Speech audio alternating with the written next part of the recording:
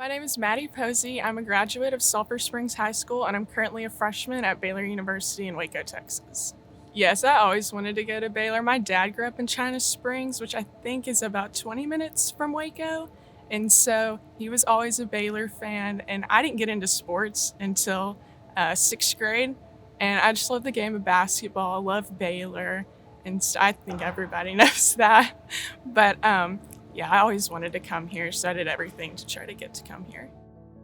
I loved high school. I was involved with the Key Club. I was the volleyball manager in high school, and so the first 2 years, and I loved it. I loved like player analytics, and so my major is marketing and sports strategy and sales on the analytics side.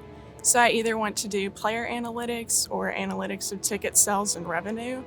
And so I loved being the manager. I should have done it longer, but it was really fun to get to see the different stats and the behind the scenes of the game rather than what you see when you're watching from the stands. My mom was like, every point counts. And so I made sure that my grades were good. My goal was to graduate in the top 10, which I did complete that goal. And so when COVID happened, my mom really started helping me try to get to Baylor. She has a whole binder of like everything that we did to get to this point with scholarships, talking to people about getting into S3. The S3 program is one of its kind, so it's the only program at a college where you can do the analytics track or the sales track. They know people at pretty much every professional sports team. And so I've gotten to go to San Antonio Spurs, the Dallas Mavericks, and talk with their executives, which is pretty cool being a freshman. But she did everything to help me get to Baylor. And so throughout the 4 years of high school, I worked so hard, like in school and doing scholarships and doing extracurriculars to boost my resume to get there. I think it was hard for her just because she knew that Baylor was far away and she didn't want me to go far, but she knew that like Baylor was my dream, sports industry was my dream, so she did everything that she could to get me there, which I really appreciated because like coming from her side, like that is hard, but she literally would like drop everything to help me, and she did, so I'm really appreciative of that.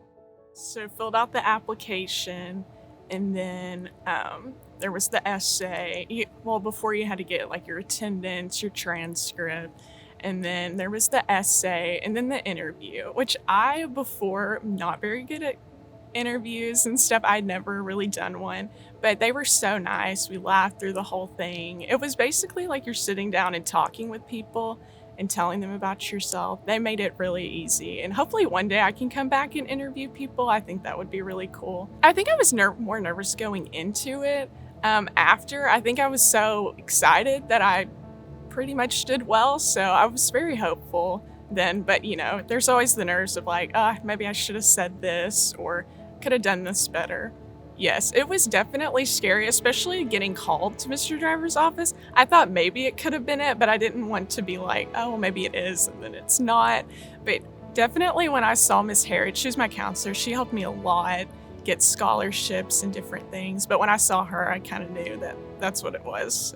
So I did everything I could to try to get that interview and get the scholarship. And then when I walked into the room and she was in there, Mr. Driver's office, I knew I'd done it. And it was the best feeling ever to see all these people in there that were supporting you and other Bright Star scholars that you grew up with. It was so cool to see.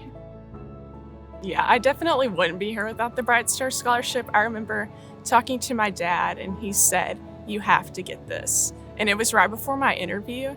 And I think I'm a person that does well under pressure, so I'm glad that he told me that because I feel like maybe I wouldn't have done as good. But he definitely kind of pushed me over the hump and was like, you have to get this. And then when I got it, he was like, you did it.